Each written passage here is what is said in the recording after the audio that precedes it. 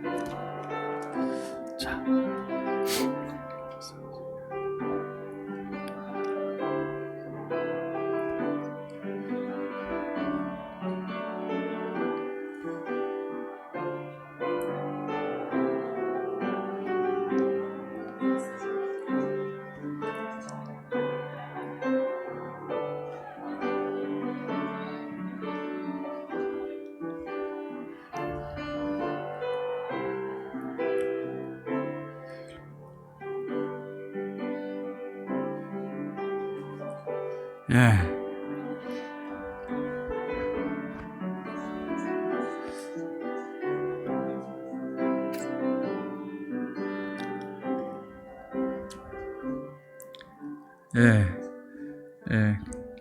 오랜만에 또 일주일 만에 뵈니까 얼마나 좋습니까? 예. 우리 믿음의 식구들. 예. 자, 이제 말씀 듣는 시간입니다. 오늘은 구약 성경 또 보겠습니다. 출애굽기 14장 10절로 14절. 예. 구약 성경 102쪽 정도에 있습니다. 출애굽기. 이스라엘 역사 속에 일하신 하나님의 일들을 우리가 또 살펴보면서 오늘 우리에게 주시는 그 음성을 듣도록 하겠습니다. 출애굽기 14장 10절로 14절까지, 물론 다 좀 14장 전반주 읽어야 되지만 시간상, 자, 다 찾으셨으면 천천히 같이 읽도록 하겠습니다. 시작. 바로가 가까이 올 때에 이스라엘 자손이 눈을 들어 본즉 애굽 사람들이 자기들 뒤에 이른지라.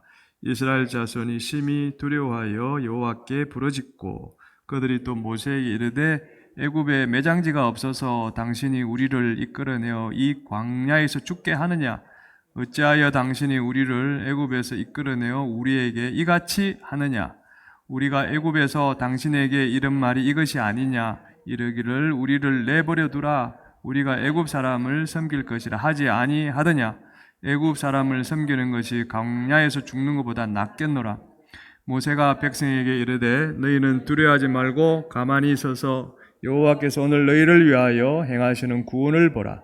너희가 오늘 본 애굽 사람을 영원히 다시 보지 아니하리라.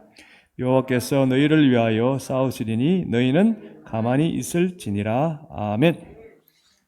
본문을 가지고 당장 버립시다 라는 제목으로 말씀을 전하겠습니다. 뭘 버려야 되니까? 당장 버립시다.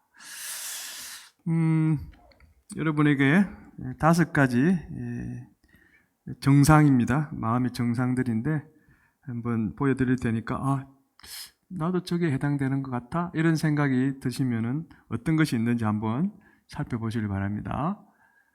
갖고 싶은 물건은 반드시 사거나 손에 넣어야 마음이 편안하다. 요즘 판단력이 떨어진다고 느낀다. 물건을 버리면 기분이 나빠지거나 불안해진다. 필요한 물건이 아닌데 나중에 쓴다면서 물건을 모아둔다. 별것 아닌 일이 생겨도 불안해서 괜찮을까 계속 걱정이 된다. 어떻습니까? 저는 이게 좀 저한테 걸렸어요. 이게 무슨 말이냐면은 제가 미국 온 19년 됐거든요.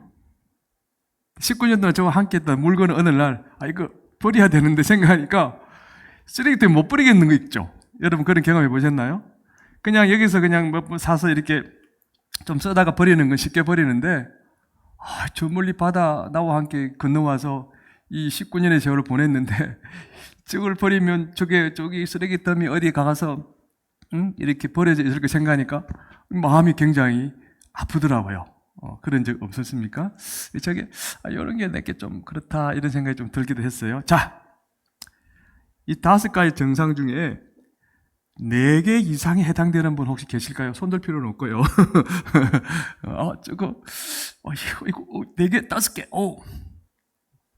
그런 분들은 그 저장 강박증에 이미 걸렸거나 앞으로 걸릴 가능성이 크다고 합니다.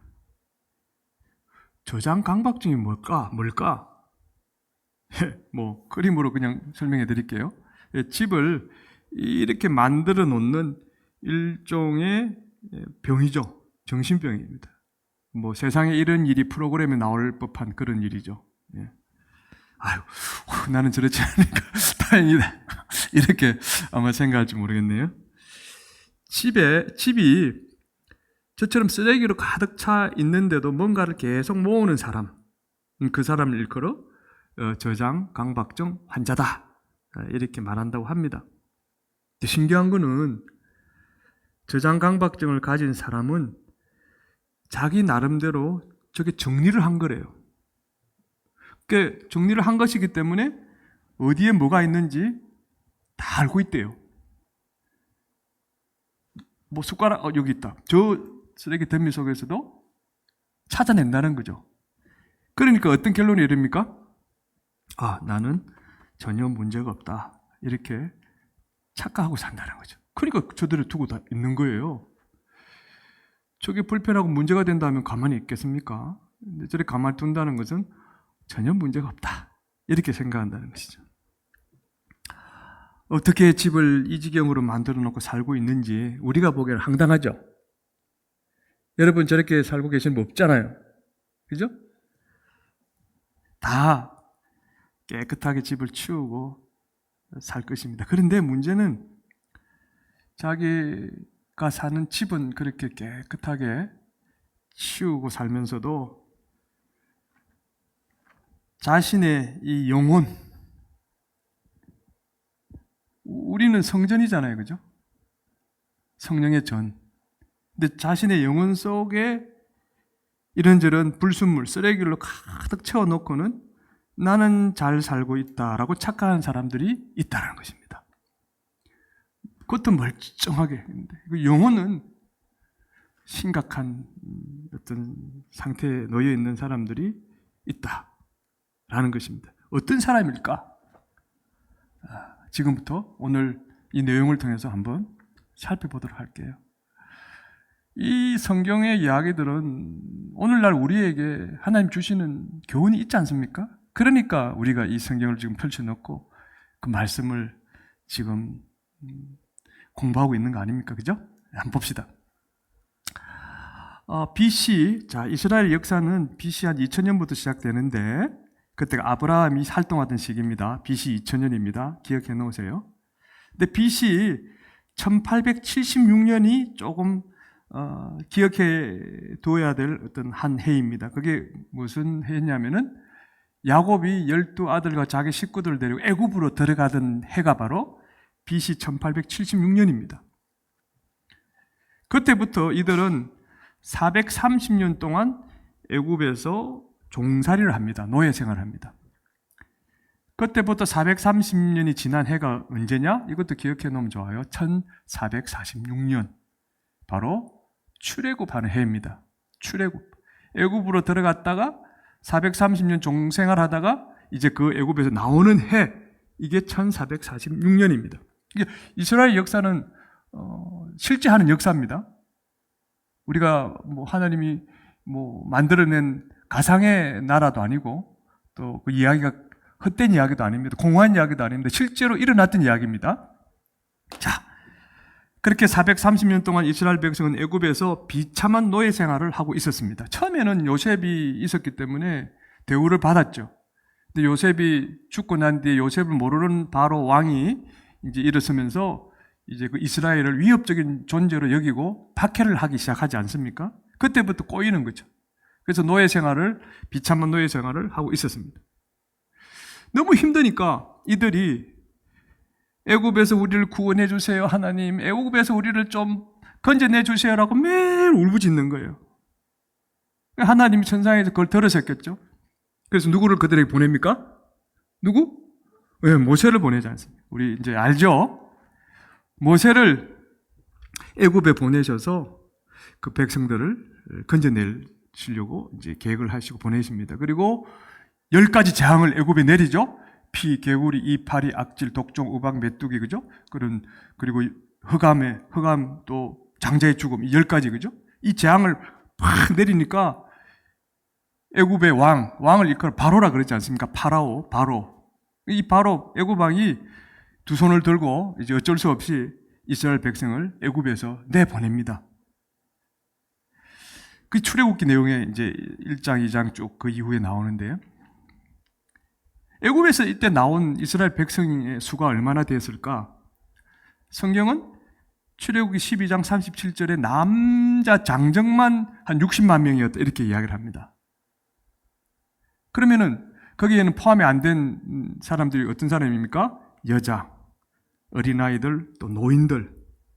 그런 사람들까지 이제 이렇게 합치면 대략 한 300만 명 정도가 그때 애굽에서 나왔을 것이다 이렇게 생각을 합니다. 한꺼번에 지금도 300만 명이라는 숫자는 엄청 큰 숫자인데 인구가 그때는 더 크겠죠 느낌이 그죠? 근데 그 300만 명의 노예가 한꺼번에 없어지니까 이 바로가 큰일 났네? 자기를 섬기던 노예가 한꺼번에 빠지니까 얼마나 삶이 불편해지겠습니까? 그러니까 이거 안 되겠다. 못 가게 붙잡아야 되겠다고 이제 마음을 바꿉니다. 그래서 어떻게 합니까? 군대들을 이끌고 그 이스라엘 백성들을 쫓아가지요. 그게 오늘 10절 앞에 9절에 이렇게 나옵니다. 시작. 애굽 사람들과 바로의 말들, 병거들과 그 마병과 그 군대가 그들의 뒤를 따라 바알스본 맞은편 비아히롯 곁 해변 그들이 장막 친 데에 미치니라. 애굽을 떠난 이스라엘 백성들이 어디에 가다가 지금 장막을 치고 캠핑을 합니까? 어디에? 비아히롯 옆에 있는 해변이다. 비아히롯 옆에 있는 해변가 그 바다 이름이 뭘까요? 그 유명한 홍해죠. 그들이 건너가야 될 홍해. 자, 그려봅시다. 이렇게 출발했잖아요, 여기서. 그 쭉쭉쭉 내려와갖고 비아히롯에 지금 진을 쳤다는 거예요. 이게 이제 홍해입니다, 홍해. 이 건너가야 돼. 이런 상황입니다. 근데 이 비아히롯이 어떤 곳이냐? 여기도 애굽의 땅이죠, 아직은. 하토르라는 여신을 섬기는 신전이 있는 곳입니다. 하토르 여신, 하토르 여신은 애굽인들에게 행복을 주고 또 기쁨을 주고 풍요를 주고 음악과 춤을 주는 그런 여신으로 추앙받는 신입니다. 태양신 라의 딸로도 묘사되는 그래서 건능의 뿔을 가진 이 두 뿔, 건능의 뿔을 지닌 위대한 어머니 여신 이렇게 애굽의 사람들이 숭배를 받는 신입니다.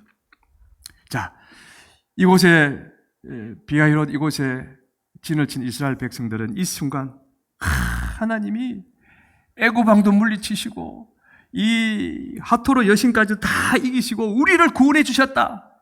우리를 저 애굽에서부터 건져 주셨다.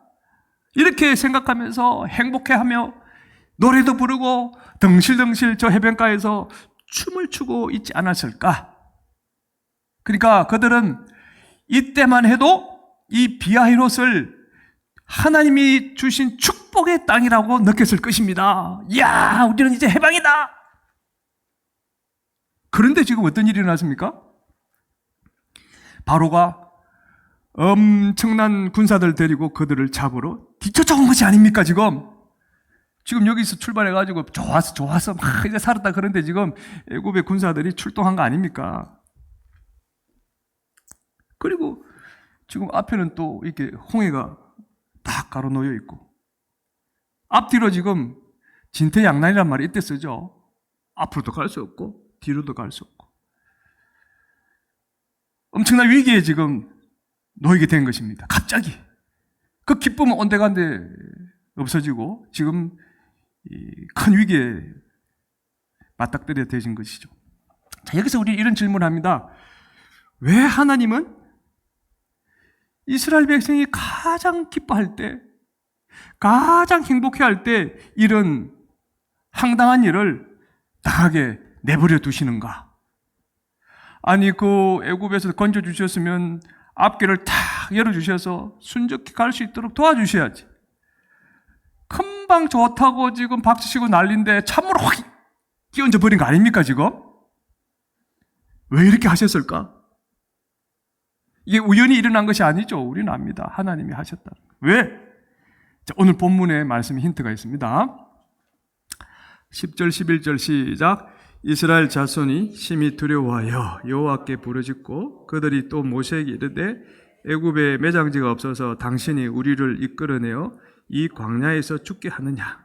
어찌하여 당신이 우리를 애굽에서 이끌어내어 우리에게 이같이 하느냐? 여기 보면 이스라엘 백성이 심히 두려워 여호와께 부르짖었다 이렇게 이야기합니다. 여기 부르짖었다의 뜻이 하나님 도와주세요. 하나님 도와주세요. 살려주세요. 이렇게 기도했다는 뜻일까요? 여기서는 아닙니다. 보통 부르짖다 그러면 기도로 그렇게 해석이 되는데 여기서는 전원 문맥을 보면 기도했다는 뜻은 아닙니다. 그럼 뭐냐? 보니까 저 멀리 보니까 애굽의 군사들이 지금 떼거지로 몰려오는 거예요. 그러니까 지금 여기 말씀처럼 심히 두려워요. 겁이 막 난 거예요. 무서워가지고 와 이제 죽었구나. 그러면서 하는 말이 왜 우리를 이집트에서 나오게 했냐고 지금 하나님을 원망했다는 뜻입니다. 이 부르짖다는 뜻이. 참 인간이 그래요. 조금 전까지만 해도 좋다고 그냥 춤을 추고 난리를 쳤는데 막상 위험이 닥치니까 그 하나님은 온데간데 없고 지금 애굽에 기적으로 10가지 재앙을 내려서 자신들을 구원해 주셨지 않습니까? 누가? 하나님이. 그 전지전능하신 하나님. 그 하나님이 이 순간에 그들의 눈에 들어오지 않았던 것입니다. 하나님을 못 믿고 하토르의 여신의 신전이 있는 이 비아히롤에서 아이고 바로의 손에 잡혀 이제 죽었구나. 무서워서 벌벌 떠며 고래고래 소함을 고함을 쳤다는 것입니다. 고래고래 소리를 저질렀다는 것입니다. 이게 부르짖다는 뜻이. 하나님께. 그리고 또 이어서 이 이스라엘 백성들이 누구에게? 모세에게. 모세는 하나님이 가라고 해서 가 계시는 거 억지로 왔는데 어떻게 보면 자기를 희생한 거 아닙니까? 죽음을 각오하고 애굽에서 이들을 구원해 줬지 않습니까? 근데 그런 모세에게 지금 또 따집니다. 이제 삿대질하는 겁니다. 네가 왜 우리를 광야로 데리고 나와 죽게 만드느냐? 애굽에 매장지가 없어서 이곳으로 끌고 왔느냐? 막 이렇게 이제 대듭니다. 그러니까 이스라엘 백성들은 조금 전까지 축복의 땅이라고 생각한 이 비아히롯을 죽음의 땅이라고 말하면서 지금 모세를 맹비난한 겁니다. 먼저는 하나님께 삿대질하고 또 옆에 있는 모세에게 지금 난리를 치는 거예요. 지금 상상이 가십니까? 이 장면이? 12절 계속 좀 볼까요? 시작. 이러기를 우리를 내버려 두라. 우리가 애굽 사람을 섬길 것이라 하지 아니하더냐? 애굽 사람을 섬기는 것이 광야에서 죽는 것보다 낫겠노라. 이스라엘 백성의 이 완악함은 점점 더 강도가 심해집니다. 광야에서 죽는 것보다 차라리 누구를 섬기는 것이 더 낫겠다고 이야기합니까? 애굽 사람. 이건 그냥 아이고 그래 뭐 좀 불편해도 애국 사람들 밑에 있으면 죽지는 않잖아. 뭐 그들을 이제 이렇게 노예로 사는 게 더 낫다 이 정도가 아니고요. 그런 의미가 아니고 애국 사람은 하나님을 모르는 사람 아닙니까? 온갖 우상을 믿는 사람들 아닙니까? 그 사람들이 시키는 대로 우리도 그냥 하나님 안 믿고 우상 믿으며 사는 게 더 낫겠다. 지금 이렇게 말하는 거예요. 이게 선민 이스라엘 백성 입에서 나올 수 있는 말입니까? 그러니까 그들은 지금 하나님을 버려버리고 대신 애굽의 우상들을 믿으면서 애굽인들의 도움을 받아 살겠다 이렇게 선언한 거나 마찬가지예요. 실은. 자, 우리도 뭐 믿음이 다 연약하지만 우리 눈에도 저 이스라엘 백성들에게서 하나님에 대한 믿음의 모습이 조금이라도 보입니까? 눈꼽만큼도 안 보입니다. 우리가 믿음 없는 우리가 봐도 더하다 이거죠. 좀 왜 그럴까? 왜 이스라엘 백성들이 이렇게 나오는 걸까? 예, 맞습니다. 430년간 애굽에서 종놀이 했던 종살이했던 그게 그들의 문제였습니다. 그때부터 그들의 영혼에 하나님이 원하시는 아름다운 일들을 자꾸 차곡차곡 쌓았어야 되는데 그 대신에 영혼에 쌓아서는 안 될, 저장해서는 안 될 그 불순물들, 쓰레기들이 그들의 그나마 있던 믿음을 완전히 덮고 있었기 때문이에요. 믿음이 없지는 않았겠죠. 그들이 어려울 때 하나님을 찾는 거 보면 그래도 종소리 하면서도 자기들이 선민이라는 사실을 잊지는 않았을 겁니다. 그런데 이 순간 그들의 모습은 조금 더 그런 믿음의 모습이 없었다 이거예요. 왜? 알게 모르게 종살이 하면서 영혼 속에 넣지 말아야 될 불순물을 너무 가득 그 안에 저장해 놓았기 때문이라는 것입니다. 어떤 불순물, 어떤 쓰레기들일까? 아까 그 저장 강박증 증상을 제가 말씀드렸지 않습니까? 그거와 연관해서 한번 봅시다. 이들은 갖고 싶은 물건을 반드시 손에 넣어야 마음이 편한 저장 강박증처럼 고생하기 싫다는 거죠. 조금만 힘들면 그냥 포기해버리는 거죠. 뭔가 인내하고 나아가려고 하는 마음이 없다. 그저 그냥 편하게 살고 싶은 그 욕심. 이 욕심의 쓰레기를 그 애굽에 나올 때 던져놓고 나왔어야 되는데 그걸 그대로 담고 나왔다. 담고 출애굽했다는 것이. 욕심 쓰레기. 그 다음에 뭘까요? 물건을 버리면 불안해지는 저장 강박증처럼 애굽의 우상들에 대한 미련 쓰레기도 영혼에 담아놨던 것입니다. 그나마 그쪽에 살면서 하나님을 잊지는 않았겠지만 주변이 다 우상으로 이렇게 뒤덮여 있으니까 자기도 모르게 우상의 마음이 뺏겨 있었던 것이죠. 그럼 그것도 털어버리고 나와야 되는데 그걸 그대로 담고 있었던 것이죠. 하나님이 아니면 저 우상이 나를 지켜줄 거야. 이런 미련 쓰레기.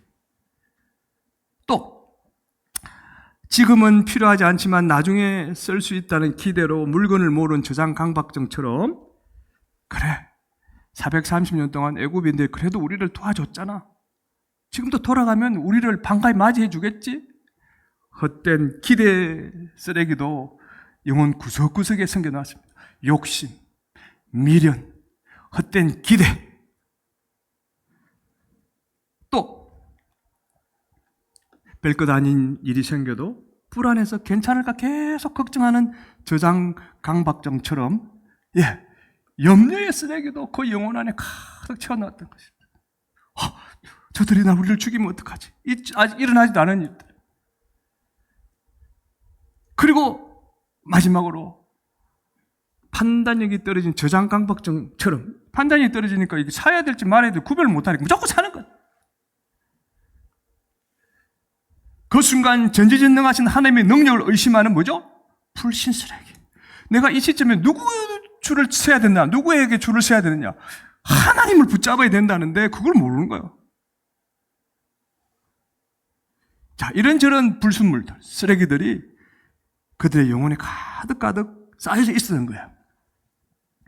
그래서 애국 군사들이 저 멀리 쫓아오니까 너무나도 쉽게 당연하다듯이 하나님을 툭 버려버리고 애굽으로 돌아가겠다고 지금 아우성천인 겁니다. 누가요? 이스라엘 백성들이. 자, 그렇습니다. 하나님은요, 이스라엘 백성들이 애굽에서 나오긴 했지만 하나님은 아십니다. 그들의 영혼이 저런 불순물 쓰레기로 가득 차 있다는 것을 깨닫게 해주시려고 바로의 군사들이 쫓아오게 만든 거예요, 실은. 그러니까 하나님 그들에게 이걸 깨닫게 해주시려고 하신 것입니다. 너희들 영혼이 저렇게 쓰레기로 가득 차 있으면 내가 약속한 젖과 꿀이 흐르는 땅 가나안 땅에 너희들 절대 못 들어간다. 실제로 못 들어갔죠. 출애굽 1세대는 다 죽었습니다. 광야에서. 이걸 버렸어야 되는데.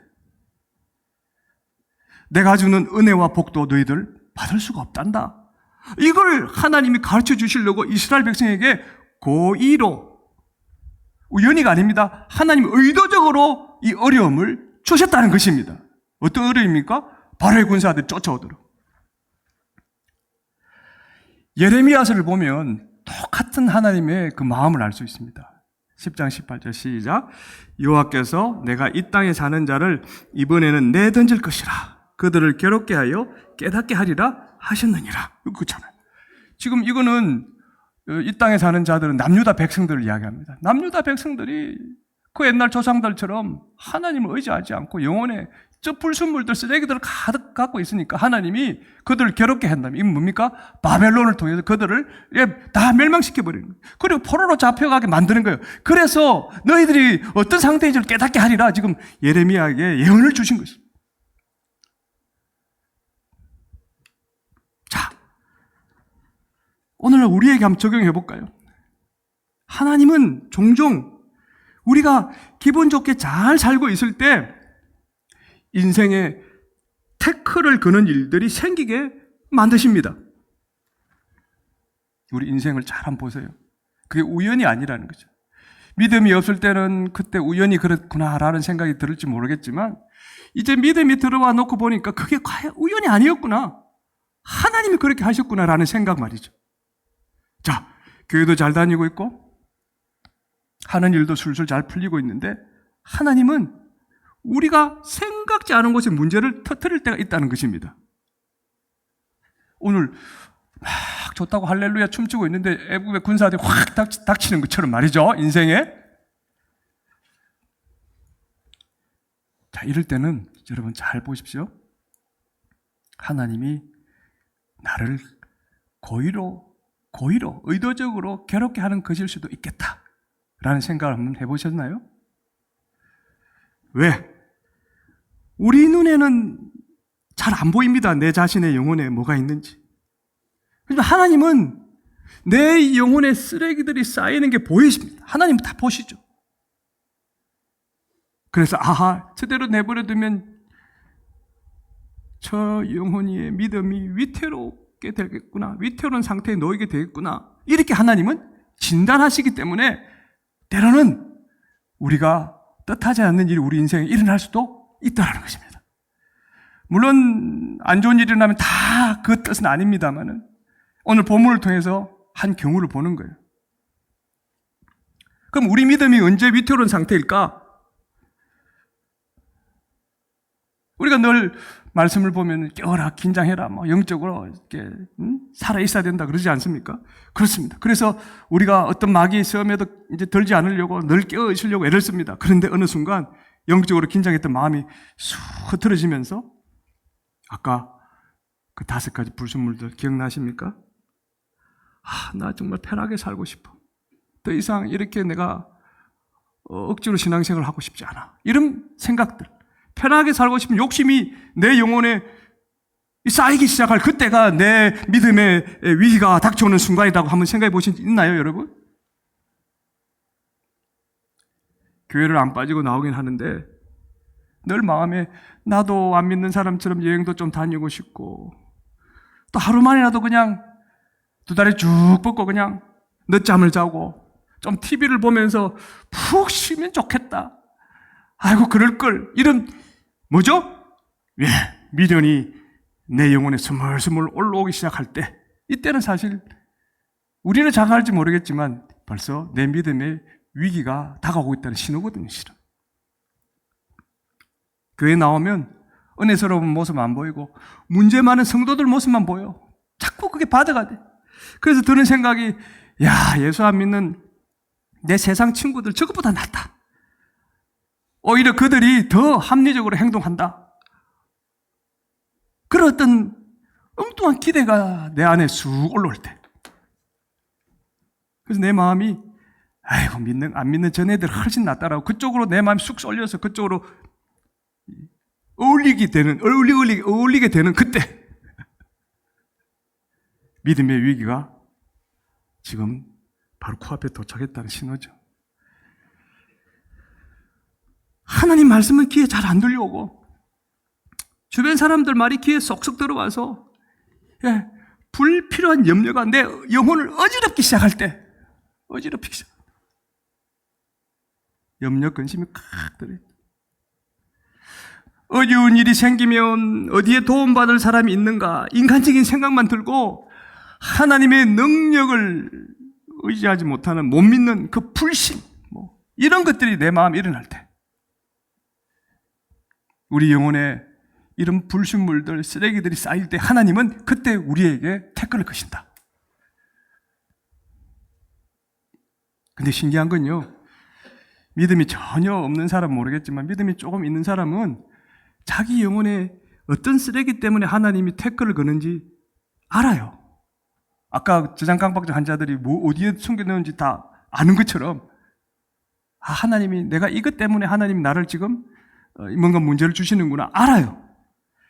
그런데도 보통 우리는 하나님이 태클을 걸면 오늘 이 이스라엘 백성들 모습처럼 그냥 원망하고 주변의 사람들에게 탓을 돌리거나 때로는 이 문제부터 풀려고 막 그냥 발부둥칩니다. 바둥거립니다.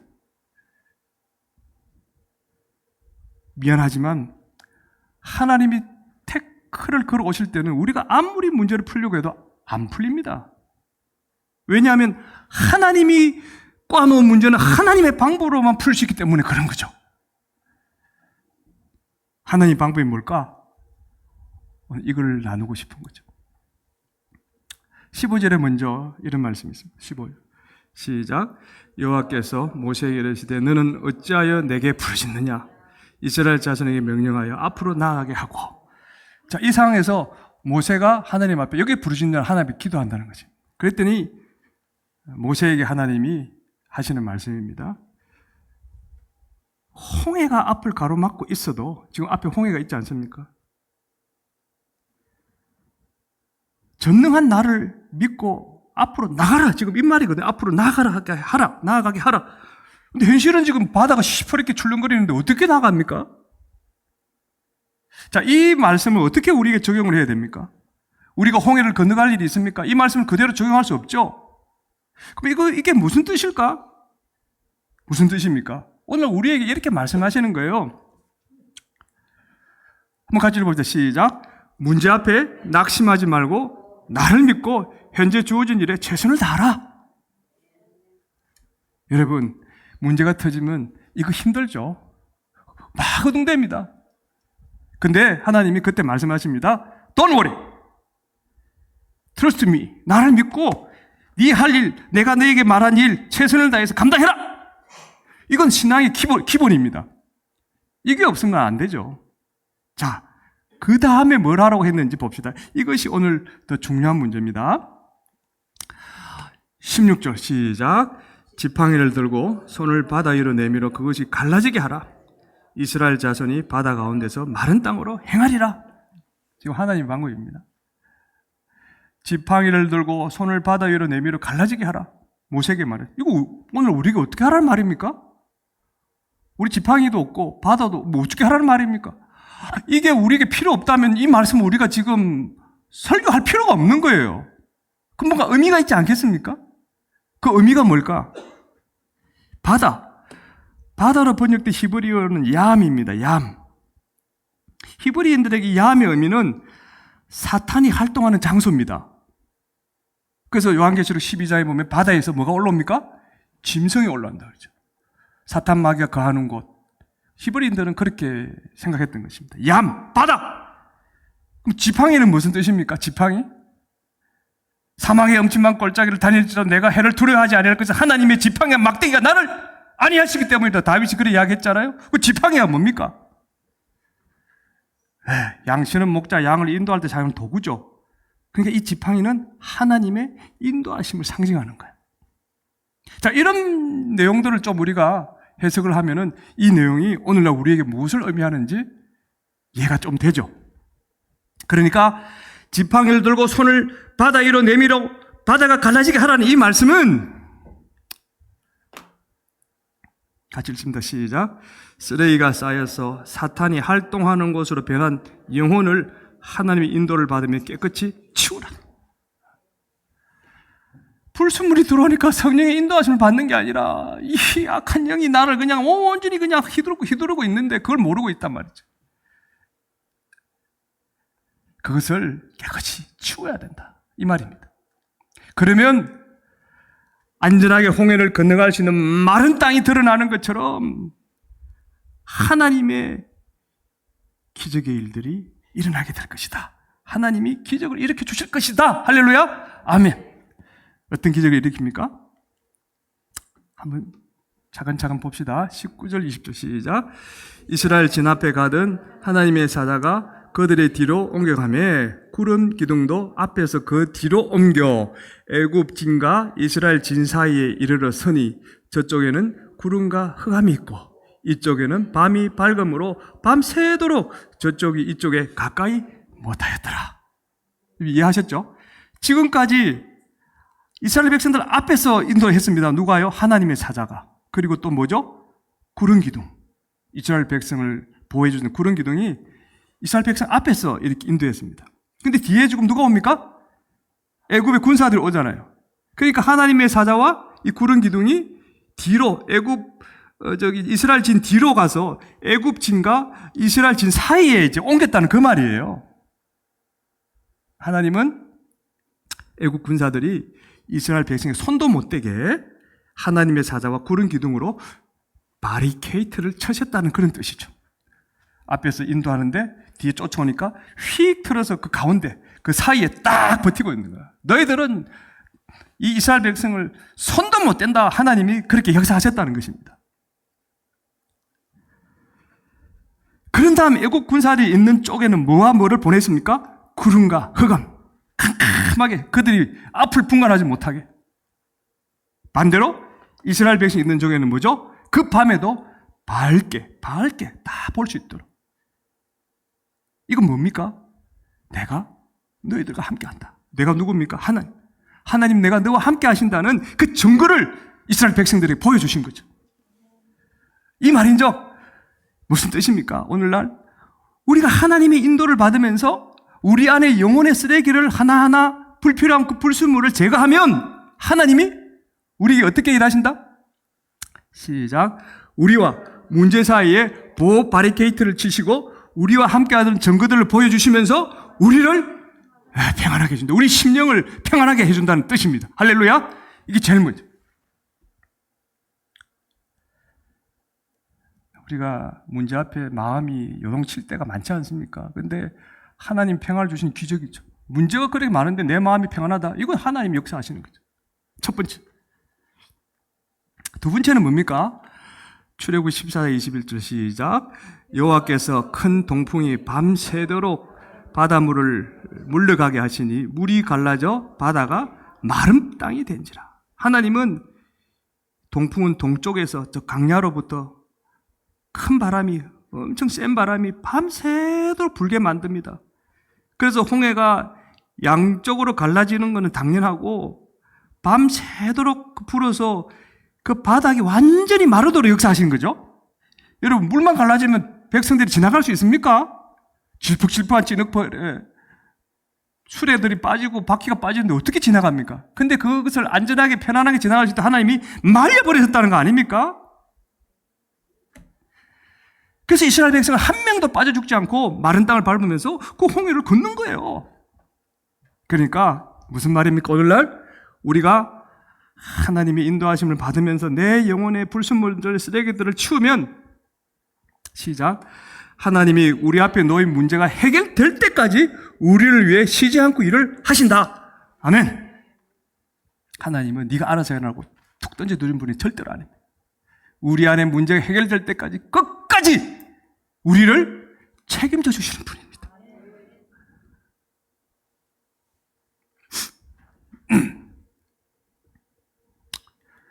출애굽기 14장 28절 볼까요? 시작. 물이 다시 흘러 그들이 뒤를 따라 바다에 들어간 바로의 군대를 다 덮으니 하나도 남지 아니하였더라. 이스라엘 백성이 홍해를 마지막 한 명까지 딱 건너자 물이 다시 합창이 됩니다. 합쳐지고 흐릅니다. 그래서 그 뒤를 쫓아오던 수많은 애국 군사들이 어떻게 됩니까? 하나도 남지 않았다. 몽땅 다 물에 빠져 죽습니다. 하나님은 이스라엘 백성을 괴롭힌 애굽의 군사들이 결국에는 바다가 상징하는 그 영혼 쓰레기 덤에 덮여서 모두 죽는 것을 두 눈으로 보여주셨습니다. 따라서 우리가 하나님의 인도하심을 받으며 내 영혼의 불순물 쓰레기를 치우면 시작. 우리를 괴롭히는 사람들이 결국에는 망하는 걸 보게 된다. 할렐루야. 우리를 괴롭히는 사람들, 다른 말로 말하면 내 문제. 하나님이 허락하신 태클. 그것들이 다 해결되어지는 역사가 일어난다. 할렐루야. 아멘. 평안을 주시고 끝까지 나를 붙잡으시고 그 문제가 해결될 때까지 나를 인도하신 그 하나님이 느껴지십니까, 여러분? 그래서 14절에 이런 말을 했죠. 시작. 여호와께서 너희를 위하여 싸우시리니 너희는 가만히 있을지니라.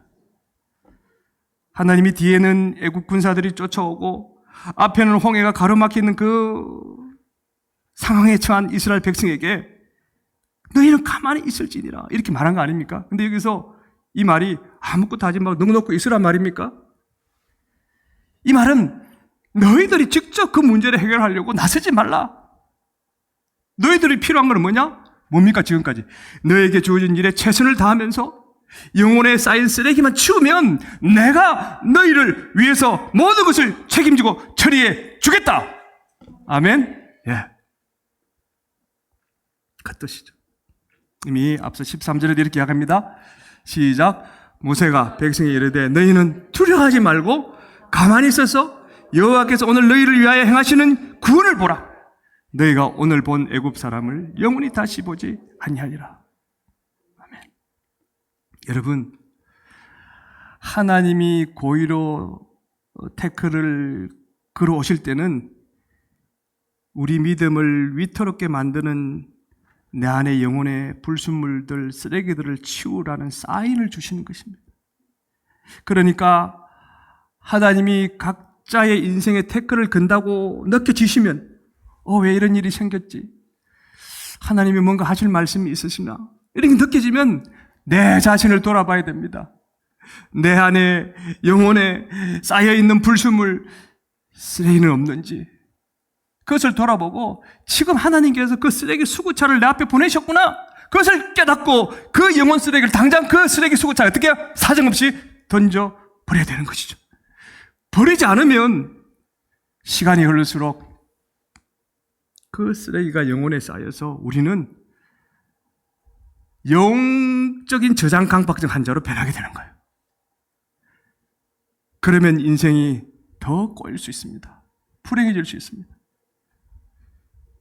그 불순물들, 쓰레기를 영혼에 계속 모아두면 언젠가는 그것들이 내 믿음과 내 인생과 사랑하는 내 가족까지 어려움에 빠뜨릴 수 있게 만들 것입니다. 사랑하는 성도 여러분, 갑작스럽게 일이 꼬일 때는 생각해 봅시다. 그때 하나님을 의심하거나 원망하지 말고 하나님의 인도하심을 받읍시다. 바로 예수 그리스도의 그 십자가를 바라보는 거예요. 왜? 그분이 내 안에 그 모든 영혼의 쓰레기들을 대신해서 돌아가셨잖아요. 그 십자가를 보면서 내 영혼부터 살피는 거예요. 하나님이 치우라는 영혼 쓰레기가 하나라도 있다면 예수님께 맡기고 예수님의 그 십자가 보혈로 다시 깨끗이 내 영혼을 씻어달라고. 그래서 내가 하나님이 나를 위해 행하시는 그 구원을 내가 믿음으로 바라볼 수 있도록 도와달라고 기도하신 저와 여러분이 되시기를 주님의 이름으로 축복합니다. 그러면 우리 연약한 인생이 하나님의 영광이 가득한 복된 인생으로 바뀌어지게 되는 것입니다. 예수님의 이 말씀처럼. 요한복음 11장 40절 시작. 예수께서 가라사대 내 말이 네가 믿으면 하나님의 영광을 보리라 하지 아니하였느냐 하신대.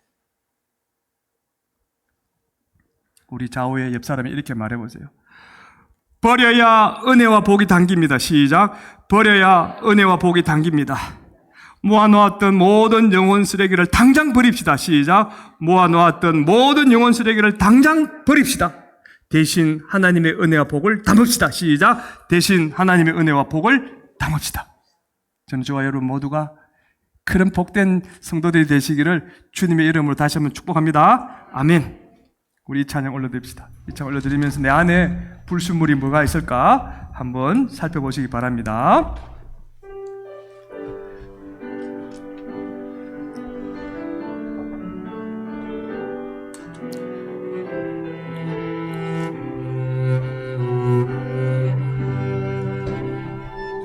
내가 주인 삼은 모든 건 내려놓고 내 주 대신 주 앞에 나가 내가 사랑했던 모든 건 내려놓고 주님만 사랑해. 내가 주인 삼은 모든 건 내려놓고 내 주 대신 주 앞에 나가 내가 사랑했던 모든 건 내려놓고 주님만 사랑해. 주 사랑 그친 풍랑에도 깊은 바다처럼 나를 잠잠케 해. 주 사랑 내 영혼의 반석 그 사랑 위에 서. 다시 한번 내가 주인 삼은 것 내가 주인 삼은 모든 건 내려놓고 내 주 대신 주 앞에 나가 내가 사랑했던 모든 것 내려놓고 주님만 주 사랑 그친 풍랑에도 깊은 바다처럼 나를 잠잠케 해. 주 사랑 내 영혼의 반석 그 사랑 위에서 주 사랑 그친 풍랑에도 깊은 바다처럼 나를 잠잠케 해. 주 사랑 내 영혼의 반석 그 사랑 위에 서리 그 사랑 위에 서리 그 사랑 위에 서리. 여러분 누구나 욕심이 있을 수 있죠. 미련도 헛된 기대도 염려도 또 불신도 누구나 가질 수 있는 것입니다. 근데 문제는 그게 안 좋은 것 나쁜 것이라는 걸 알면서도 계속 담고 있는 게 문제죠. 이스라엘 백성들의 문제 그거 있지 않습니까? 놔두고 나왔어야 되는데 그걸 그대로 들고 오니까 조금만 어려움이 생겨도 그냥 난리예요, 난리. 오늘 이 이스라엘 백성들의 모습이 사실은 우리의 모습이 되는 거예요. 실은 우리가 그렇게 살고 있을 수 있다는 거죠. 자, 그렇다면 내 자신을 봅시다. 아직도 이런 영혼의 불순물들이 내 안에 가득 쌓여져 있습니까? 사실 이 5가지만 이야기했지만 그 외에도 다른 얼마나 많은 영혼의 불순물들이 있어져 있습니까? 겸손하지 못한 마음, 남을 용서하지 못하는 마음, 남을 미워하고 시기하고 질투하는 마음, 이 모든 것들이 다 우리 영혼에 조금이라도 남아 있어서는 안 될 불순물 쓰레기들인 것이죠. 이것들 가득 갖고 있으면서도 나는 신앙생활 잘하고 있다, 그럼 말이 안 되는 모순이죠. 우리 한번 이 시간 되돌아봅시다. 내가 한 해를 믿었건 2해를 믿었건 10년을 믿었건 평생을 믿었건 그 상관없고 지금 이 순간 내 안에 남아있는 그 영혼의 불순물의 쓰레기들을 주여 제거하여 주시옵소서. 내가 십자가에 다시 한번 그 주님을 바라봅니다. 주님이 그것을 위해서 나 대신 돌아가셨는데 그 주님의 그 죽으심이 헛되지 않도록 이제 내 안에 모든 불순물들을 그 예수 보혈로 깨끗이 씻어주시고 내 믿음이 견고해져서 어떤 문제 앞에서도 흔들리지 않도록 하나님이 나에게 행하실 그 기적들 믿음의 눈으로 바라보며 담대하게 나아갈 수 있도록 도와주옵소서. 우리 주여 간절히 부르짖고 기도합니다. 주여 하나님 아버지 감사합니다. 감사합니다.